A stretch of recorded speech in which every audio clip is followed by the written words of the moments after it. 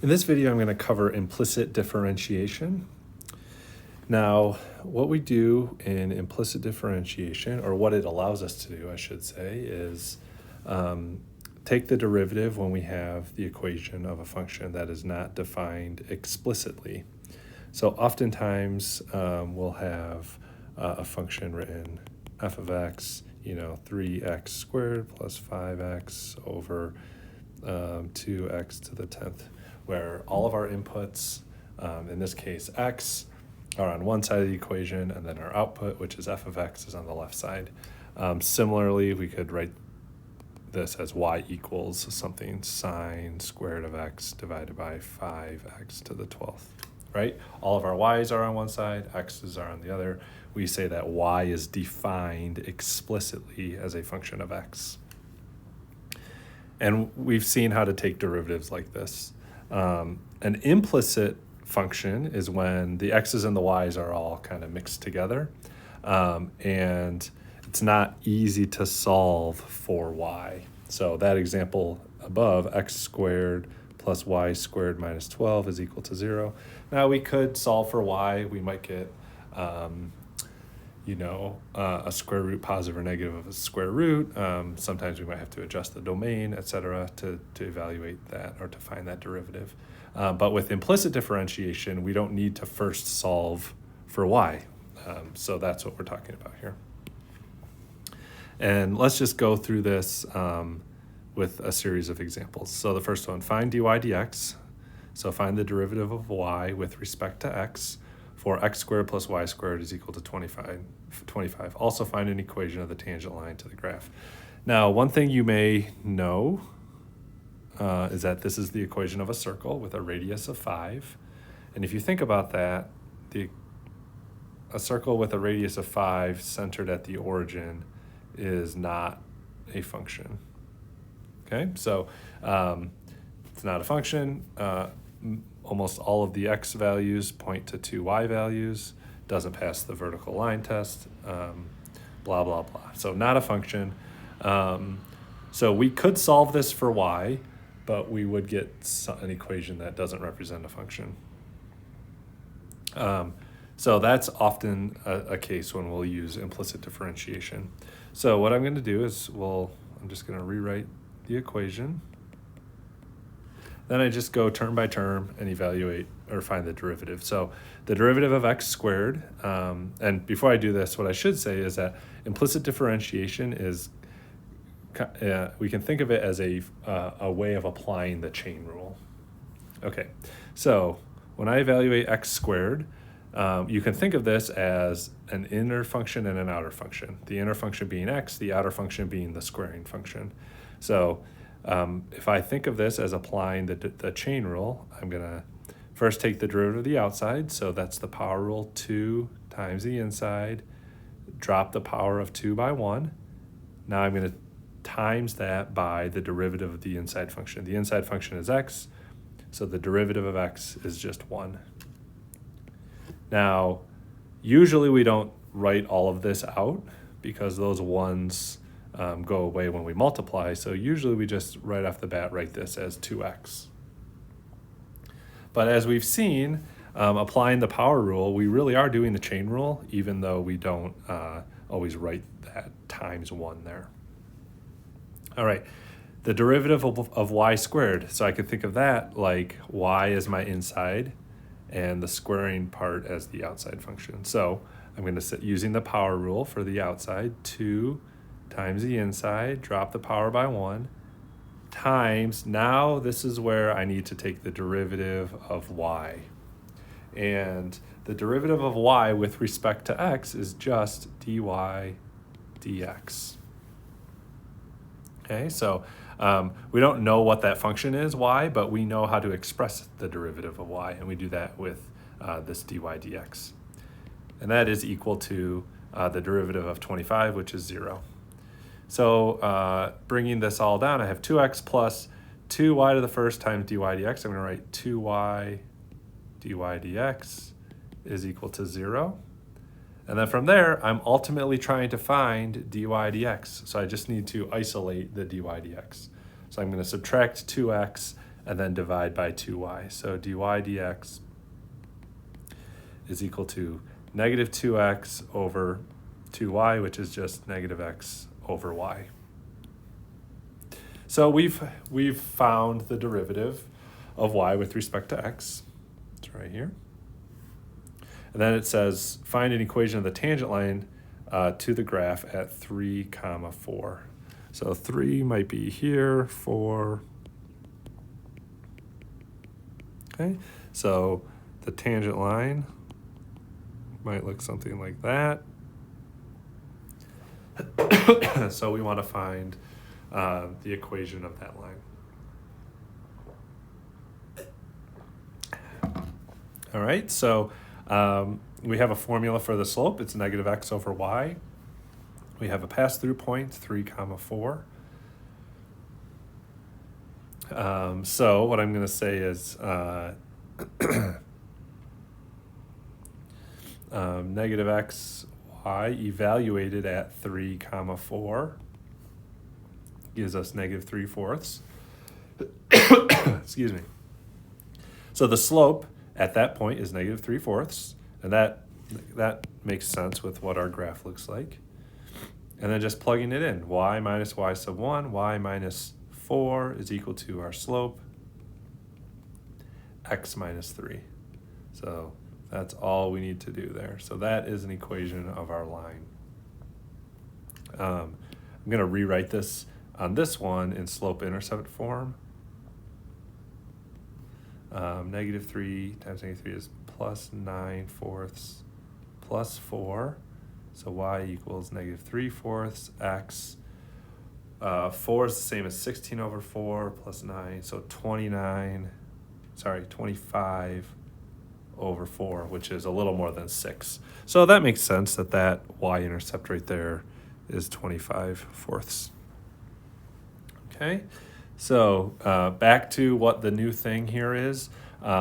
When we are taking the derivative of an equation that is defined implicitly, where y is defined implicitly, which just means it is not solved for y, or it's not written as y equals, we take the derivative with respect to x just by using the chain rule.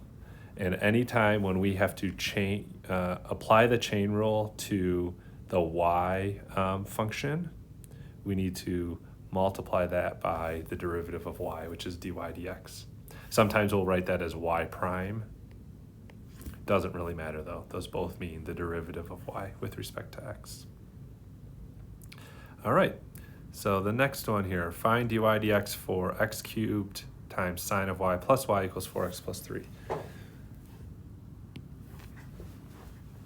This first term is a product, so we'll apply the product rule. The derivative of the first factor is 3x squared times the second factor plus the first factor, which is x cubed, times the derivative of the second factor. Now I have sine of y, so the outside function is sine, the inside function is y, so I'm going to apply the chain rule here. The derivative of sine, the sine function is cosine, keep the inside function the same, times the derivative of the inside function. The derivative of y is dy dx. Okay, so that takes care of that product rule. Plus, the derivative of y here is, again, well, I should write this as 1. The derivative of y is 1 times the derivative of y, dy dx, which is just dy dx, is equal to derivative of 4x plus 3. That's just going to be 4. All right. Now, I've applied the derivative, but ultimately we're trying to find dy dx, so we want to solve this equation for dy dx.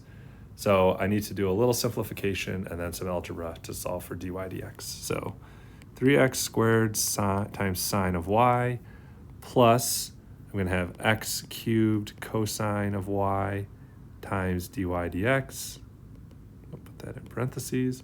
Plus 1 times dy dx is also dy dx, and that's equal to 4. I'm going to subtract this term over. when we get to this step, if we have multiple terms that have the dy dx factor in them, we are going to isolate those terms by themselves on the same side of the equation, and then we'll factor those out. So to get the dy dx's all by themselves, I'm going to subtract 3x squared times sine y from both sides, plus dy dx. So this is equal to 4 minus 3x squared sine of y. And now I'm going to factor out these two. So dy dx, I'm left with x cubed cosine of y plus 1. That is equal to 4 minus 3 x squared sine of y.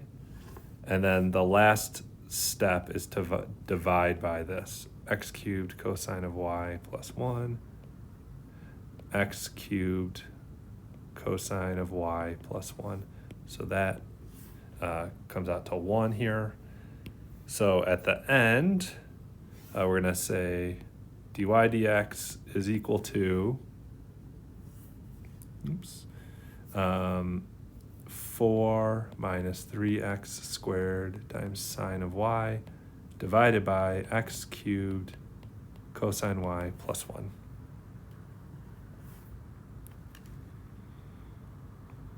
All right. I think we have two more examples here. This first example says find y prime and y double prime if we have this equation. Okay? So again, this is not a function that is defined explicitly in terms of x. In other words, we don't have y equals. So because of that, we're going to use implicit differentiation. This function is defined implicitly. Y is defined implicitly in terms of x. So when we go through this, we're going to say derivative of 2x squared. Well, use the power rule. 2 times 2 is 4. X, drop the power by 1, and then the derivative of x is just 1, so times 1. Don't need to write that. Plus, this is y as our inside function, 2 as the outside function, so that's 2y raised to the first times the derivative of the inside. The derivative of y is y prime, and I'm not going to write this 1 here because that looks like a prime. So 2y times y prime is equal to derivative of 4 is 0. So solving for y prime, y prime is equal to negative 4x over 2y, which is negative 2x over y. Okay, so that's nice. Now we need to find y double prime. So I have y prime is equal to negative 2x over y. So to find y double prime, I need to apply the quotient rule here. So the derivative of the numerator, negative 2x, is negative 2 times the denominator minus the numerator times the derivative of y, which is the denominator. Now I don't know what y is, so I'm going to write y prime here.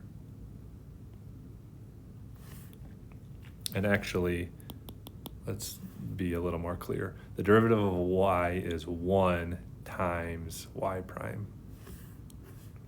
Then I divide that by the denominator squared. All right, so simplifying this just a little bit, we're going to have negative 2y, negative times negative, plus 2x times y prime over y squared. Now, we don't want to have a y prime in this equation, but I know what y prime is. It's just this right here. We already found y prime.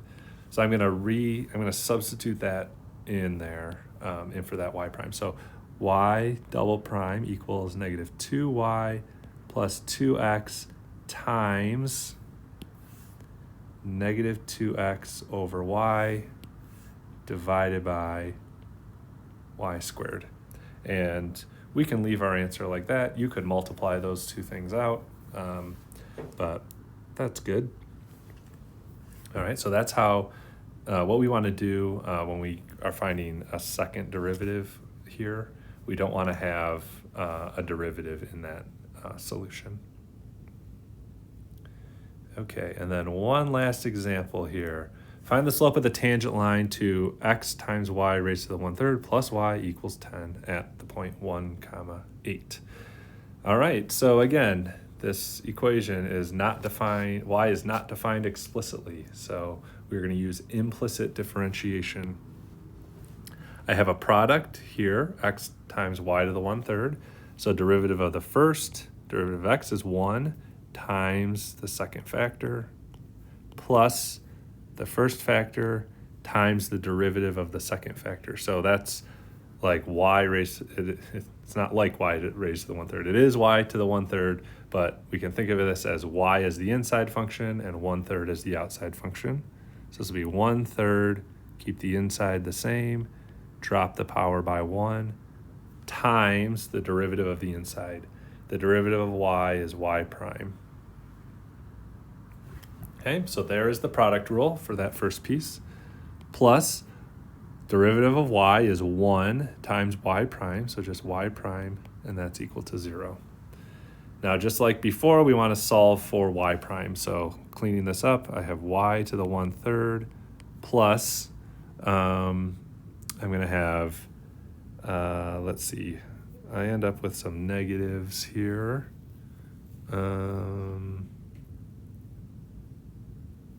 How do I want to write this?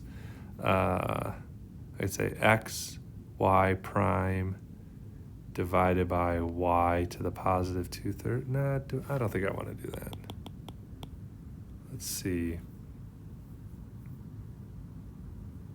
I think I'll just pretty much write it just like it is.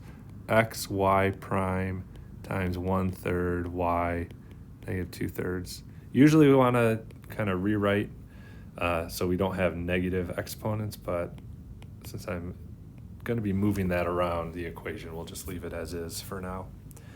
Okay, so I'm going to move this term over to the left because I want to leave the y primes on the same side of the equal sign. So we'll leave those two terms alone, and I'm going to factor out the y prime. So y prime, I'm left with x times 1/3 here.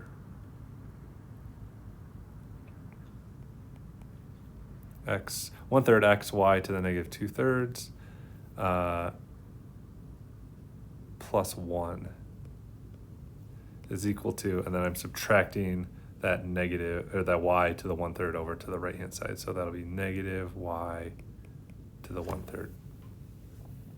And then from here, y prime, I'm going to divide by that 1/3 x y to the negative 2/3 plus 1. I'm going to divide that on both sides.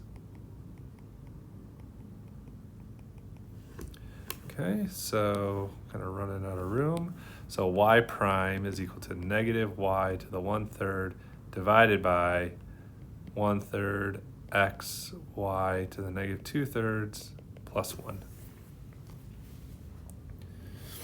Okay, so seems kind of messy, but we found the derivative, and that's our first step. So we'll kind of highlight that thing. Now what we want to do is we want to find the derivative at the point 1, comma 8. So we need to find the slope using this derivative formula. So this will be y prime, and we're evaluating at 1, comma 8. All right, so this will be negative, in place of y, we'll put an 8 raised to the 1/3 divided by 1/3. X is 1, y is 8 to the negative 2/3 plus 1.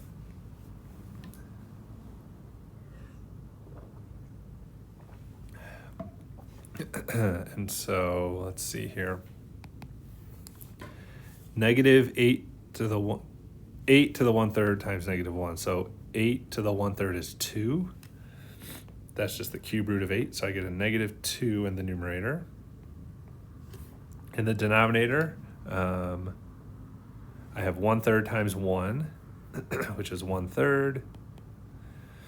8 to the negative 2/3, so I'm going to do this over to the side here. So 8 to the negative 2/3 is the same as 1 over 8 to the 2/3, which is the same as cube root of 8 is 2, 2 squared is 4, so that's 1/4. So this is 1/4 plus 1, and what we end up with is negative 2 over 1/12 plus 1, and 1 is the same as 12 over 12. Negative 2 over 13/12, which is the same as negative 24/13. All right. And what is this question? Oh, we just want the slope. So there is our slope, negative 24/13.